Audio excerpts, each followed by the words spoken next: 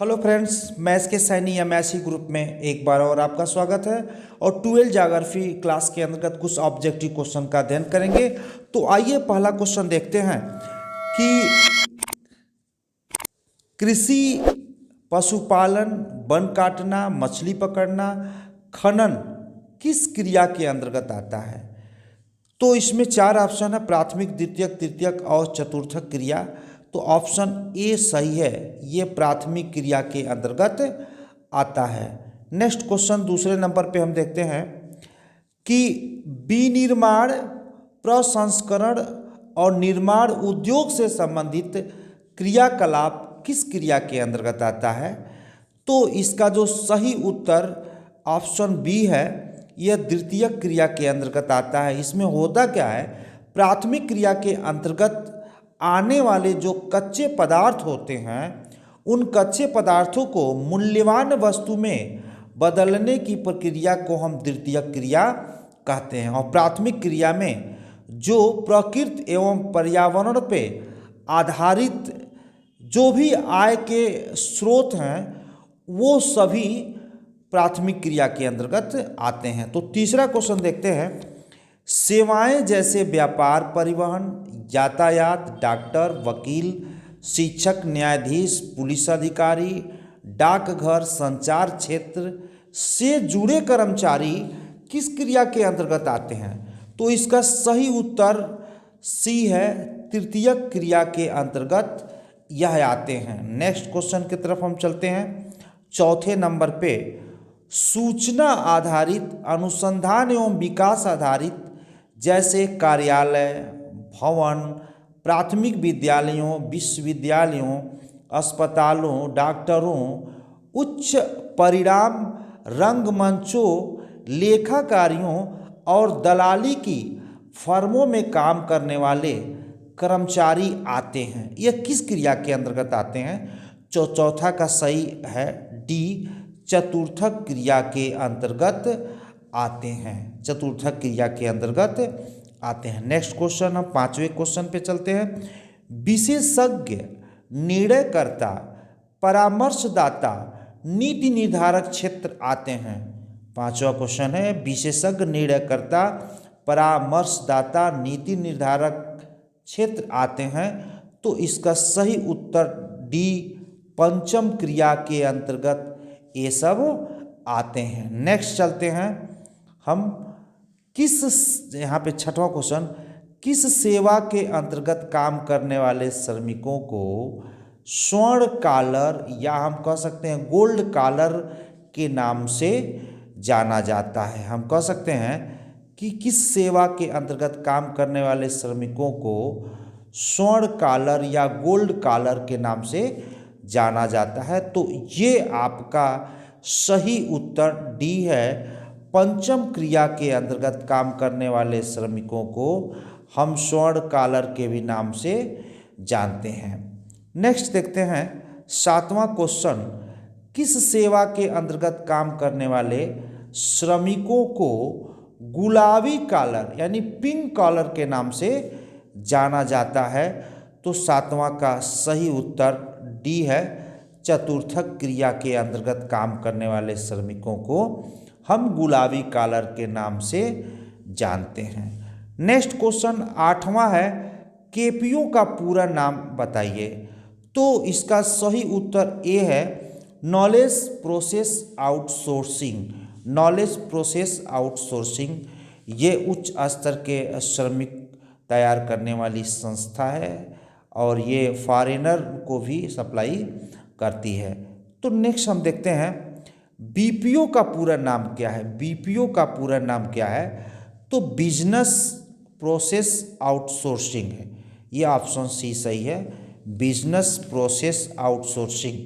Next question देखते हैं कि विश्व में निम्नतम जनसंख्या वाले महाद्वीप है, यानी जिस महाद्वीप में सबसे कम जनसंख्या पाया जाता है वो कौन सा महाद्वीप है। तो ऑप्शन सी है, ऑस्ट्रेलिया महाद्वीप है। ऑस्ट्रेलिया महाद्वीप में निम्नतम जनसंख्या पाया जाता है। नेक्स्ट क्वेश्चन 12वां क्वेश्चन है, भारत में प्रचलित लिंग अनुपात ज्ञात करने का सूत्र बताइए। तो यहाँ पे हम देख सकते हैं महिलाओं की संख्या बटे पुरुषों की संख्या गुणे 100 है।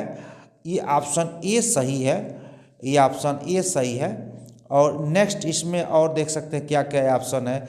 बी है महिलाओं की संख्या बटे शिशुओं की संख्या गुणे 100 है। पुनः देखते हैं महिलाओं की संख्या बटे पुरुषों की संख्या गुणे 100 है। महिलाओं की संख्या गुणे बटे पुरुषों की संख्या 10,000 है। लेकिन इसका सही उत्तर क्या है आपका? ऑप्शन ए सही है, ऑप्शन ए सही है। नेक्स्ट क्वेश्चन हम देखते हैं प्रश्न नंबर 12। प्रश्न नंबर 12 का अध्ययन करते हैं हम कि किस देश का आयुलिंग पिरामिड, किस देश का आयुलिंग पिरामिड त्रिभुजाकार है? तो इसका जो सही उत्तर बी है, नाइजीरिया है। नाइजीरिया है। नाइजीरिया का जो पिरामिड जो लिंग अनुपात है ये पिरामिडाकार है, यानी ऐसे है, आधार चौड़ा है और ऐसे जो शीर्ष है वो पतला है, इसी को हम त्रिभुजाकार कहते हैं। नेक्स्ट देखते हैं विश्व में सर्वाधिक लिंग अनुपात वाला देश है। विश्व में सर्वाधिक लिंग अनुपात वाला देश है, आपका 13वां नंबर का क्वेश्चन है। लिंग अनुपात वाला देश है तो ये उत्तर सही है। लाटविया एक ऐसा देश है जहाँ पे लिंग अनुपात सर्वाधिक है। हम कह सकते हैं यहाँ पे महिलाओं की संख्या पुरुषों की अपेक्षा ज़्यादा है, जिसमें लाटविया का नाम है। नेक्स्ट देखते हैं, नेक्स्ट में 14 नंबर विश्व में न्यूनतम जनसंख्या, विश्व में न्यूनतम लिंगानुपात वाला देश है जहाँ पे पुरुषों की संख्या ज़्यादा हो और महिलाओं की संख्या कम हो, उसी को हम बोलते हैं न्यूनतम लिंग अनुपात वाला देश। तो सही उत्तर बी है, संयुक्त अरब अमीरात है। संयुक्त अरब अमीरात है। यहाँ का लिंग अनुपात बहुत ही खराब है।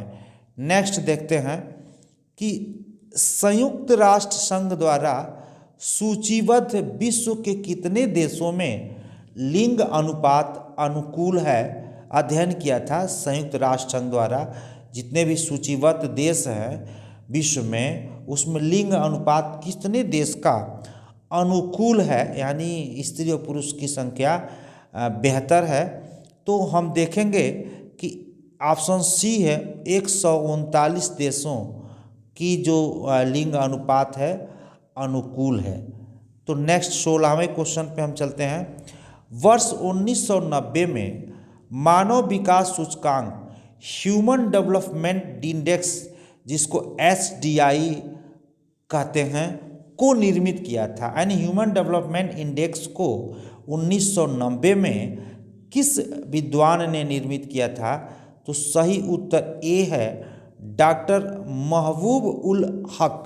इन्होंने SDI को निर्मित किया था। नेक्स्ट क्वेश्चन देखते हैं 17 नंबर। वर्ष 1990 में मानव विकास सूचकांक ह्यूमन डेवलपमेंट इंडेक्स SDI को प्रथम बार किसके द्वारा प्रकाशित किया गया था? तो इसका सही उत्तर ए है, यूनाइटेड नेशंस डेवलपमेंट प्रोग्राम, जिसको UNDP के भी नाम से जाना जाता है। तो सही उत्तर क्या है? ए सही है। नेक्स्ट चलते हैं कि 18 नंबर पे कौन सा देश सकल राष्ट्रीय प्रसन्नता यानी ग्रास नेशनल हैप्पीनेस GNH को प्रगति की आधिकारिक माप घोषित किया है। यानी हम कह सकते हैं किसी देश की, यानी कौन सी ऐसी देश है जिसमें प्रगति के लिए प्रसन्नता, यानी कि वहाँ के लोग अगर प्रसन्न है तो वो यह समझता है कि हमारा देश प्रगति पे कर रहा है। जिस तरह से हमारे यहाँ GDP बढ़ता है, उसी तरह से वहाँ पे हैप्पीनेस को भी GDP का एक हिस्सा समझ सकते हैं। तो इसका सही उत्तर सी है, भूटान। भूटान में GNH को भी आधिकारिक माप घोषित किया गया है उसके विकास में। 19 नंबर है, किसे जंग का कटोरा कहा जाता है? किसे जंग का कटोरा कहा जाता है? तो इसका सही उत्तर बी है पिट्सबर्ग। पिट्सबर्ग अमेरिका में है। यह लौह इस्पात उद्योग से संबंधित क्षेत्र है। वहाँ की जो लौह इस्पात की स्थिति खराब होने के कारण इसे जंग के कटोरे के नाम से भी जाना जा रहा है। नेक्स्ट क्वेश्चन देखते हैं, किस उद्योग को ब्रिटेन में ब्रिटेन की रोटी कहा जाता है? यहाँ मिस्टेक हो गया है, कोई बात नहीं है, कॉन्सेप्ट समझिए। किस उद्योग को ब्रिटेन में ब्रिटेन की रोटी कहा जाता है? तो इसका जो सही उत्तर है आपका सूती वस्त्र उद्योग। इसमें देखिए बी, ऑप्शन बी सही है। सूती वस्त्र उद्योग को ब्रिटेन में ब्रिटेन की रोटी के नाम से भी हम जानते हैं। नेक्स्ट क्वेश्चन देखते हैं 21 नंबर, रूर बेसिन औद्योगिक क्षेत्र किस देश में स्थित है? रूर बेसिन औद्योगिक क्षेत्र किस देश में स्थित है? तो इसका जो सही उत्तर डी है, जर्मनी में। यह लौह इस्पात उद्योग से रिलेटेड है, रूर बेसिन औद्योगिक क्षेत्र। तो हम जाने डी ऑप्शन सही है, जर्मनी। नेक्स्ट चलते हैं, देखते हैं कि निम्नलिखित में से कौन सा स्थान सूती वस्त्र उद्योग के लिए प्रसिद्ध है? अक्सर बहुत सारे ऑब्जेक्टिव में यह पूछा है बोर्ड एग्जामिनेशन में कि सूती वस्त्र उद्योग के लिए कौन सा स्थान इसमें से बहुत ज़्यादा प्रसिद्ध है? तो मैनचेस्टर। ये मैनचेस्टर जो है यह सूती वस्त्र उद्योग के लिए काफ़ी प्रसिद्ध है। नेक्स्ट आप 23वां क्वेश्चन आप देख सकते हैं कि सवाना घास के मैदान पाए जाते हैं। सवाना घास के मैदान पाए जाते हैं, तो कौन सा उत्तर सही है? ऑप्शन ए सही है, सूडान में सवाना घास के मैदान पाए जाते हैं। नेक्स्ट क्वेश्चन देखते हैं 24 नंबर में, यूरोप में सब्जियों की खेती को क्या कहते हैं? यूरोप में सब्जियों की खेती को क्या कहते हैं? तो ऑप्शन बी सही है, ट्रक खेती।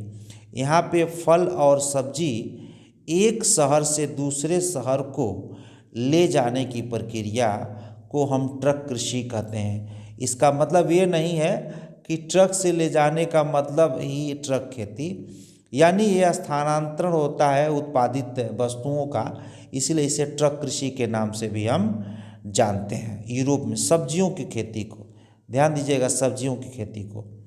तो नेक्स्ट देखते हैं 25 नंबर,